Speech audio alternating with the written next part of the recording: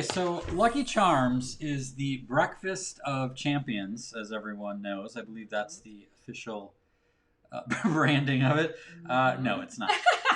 Works for me. I was thrilled to do a little research on the history of Lucky Charms because I knew nothing about it, but I do know how much I love eating them and how much the kids love eating them. I remember someone gave us a bag of Lynn just the Carter, marshmallows one who time. may be on tonight. Lynn Carter sent us a whole bag of marshmallows, which you've seen this before. It's gotten more popular, but I think she did it before it was popular. That was probably like, I don't know, 8 years ago. So that was epic. Yeah, so this is interesting. It all began with a bowl of Cheerios and a couple of circus peanuts. So John Hallahan, vice president of General Mills, was given 6 months to create a new brand of cereal that would be a hit with the kids. No pressure. He chopped up some circus peanuts and sprinkled the marshmallow bits into a bowl of Cheerios. Loved what he tasted, immediately realizing that if he enjoyed the combination of crunchy cereal and soft marshmallows, so would consumers. I knew we had a winner, he said. What? Lucky Charms indeed became the first marshmallow cereal on the planet. So that's pretty cool. I cannot believe that something so good came from something so bad. It's like our virtual show. Something so good came from something so bad, right? Gross. Yeah, not a lot of people like circus peanuts. Who in the world eats those, right? As Jerry Seinfeld said, they're the doorstops of childhood candy. Yes. Okay, so the first appearance on supermarket shelves was 1964. Prize to anyone who was born that's watching currently live that was born in 1964. I don't know what the prize is, but let us know. Okay, so here's what I want. Do you know what the first 4 marshmallow pieces were? Any guesses? Well, who just said about, Al was wondering what happened to the purple horseshoes. So, the purple horseshoe has to be, although, are they not in I don't know how recent that Okay, I was going to say, is. I see one right there. I'm thinking rainbows, horseshoes, the shamrock has to be one of them. And maybe like the heart. Okay, you got 2 out of 4. Okay. They were the pink hearts, the green clovers, orange stars, and yellow moons. Interesting. Those were the first.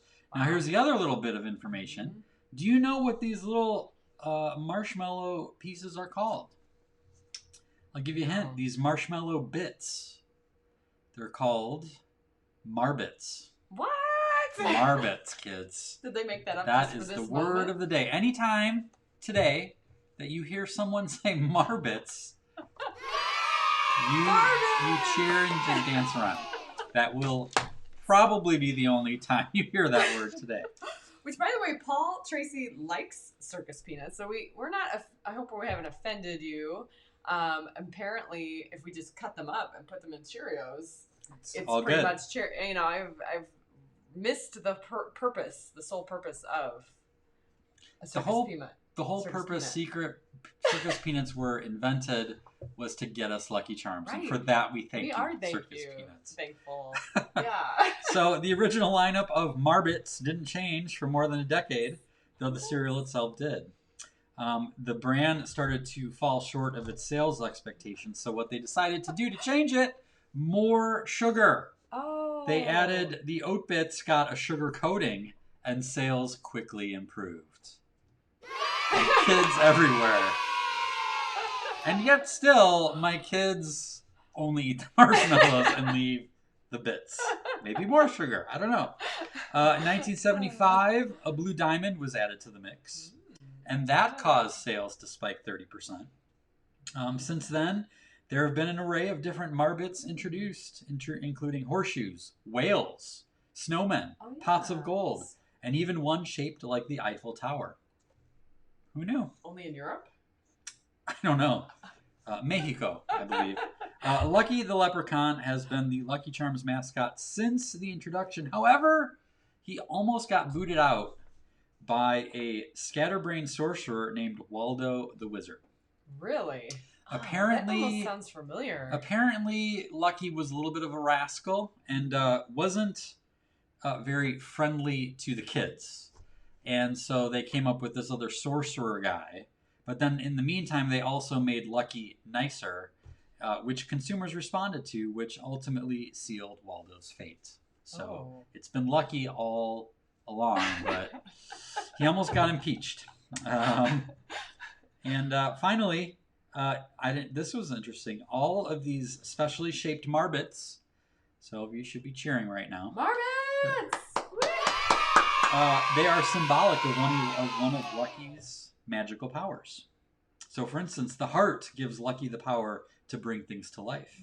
The shooting star grants him the power of flight. The four-leaf clover gives him luck. Although the release makes sure to warn you, you never know what kind of luck you'll get. It's a good point. The what? What was that last one? The press release that when they announced it, said you will never know what kind of luck you'll get. Okay. And the horseshoes allow him to speed things up. The blue moons grant invisibility. The rainbows allow him to instantly travel from place to place. And the balloons provide him with the power to make things float. Wow, someone had a lot of time on their hands. I hands. got to the bottom of that. And Catherine has not seen Lucky Charms in New Zealand. Well, you know, it's interesting. I just heard that they just came to the UK in 2013. Really?